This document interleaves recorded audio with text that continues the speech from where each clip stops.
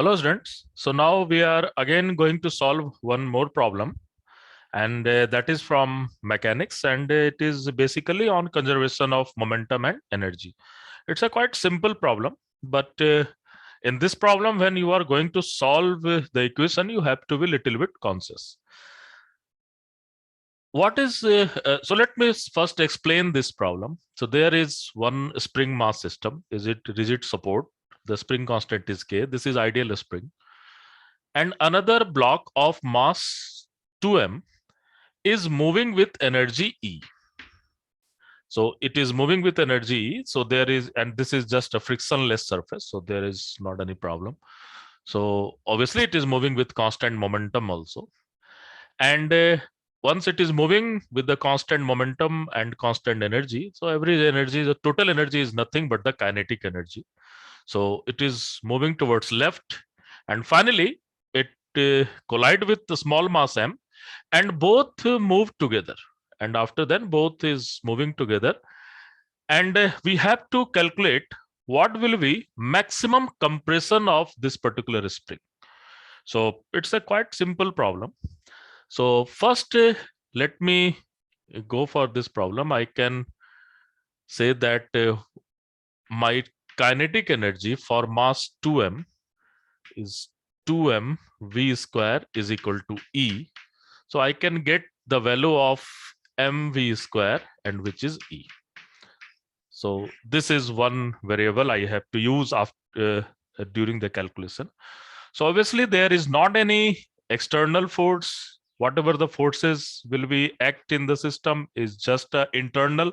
If I will take the whole mass 2m and the spring as a combined system, so we have conservation of momentum first. So initial momentum is 2m into v, and this is my initial momentum. The final momentum is basically 2m plus m into v1. So we can get the value of v1, that just after collision the combined system have velocity v1. So v1 is equal to basically 2 upon 3v, and after then we can use the conservation of energy, because uh, we have to use conservation of energy from after collision and up to maximum compression. So let us assume that A is the maximum compression. So we have half k a square, and this will equivalent to half the combined mass is 3m into v1 square. So we have to write A in term of V or E. Mainly we have to write in term of basically E. So this half k is not needed here. So we have k a square is equal to 3m, and I can put V1 is equal to 2 upon 3 v square. So this value is mv square, that is 4 mv square upon 3, and I can put mv square is equal to E. So this is the thing we have to manage in our mind, that I have to give the answer in term of E and K. So I have to remove this particular thing. So I can write Ka square is equal to 4E upon 3. So the value of A is nothing. This is given by 4E upon 3K. So this will be the answer.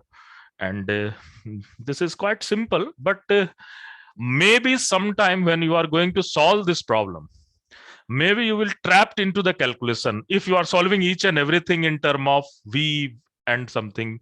So initially what you have to do, you have to write mv square is equal to E, and then you can easily solve it. Another way is that you can initially take P and E as your variable, and then also you can solve it. But I think this is the simplest way we can solve about this problem. Okay, thank you.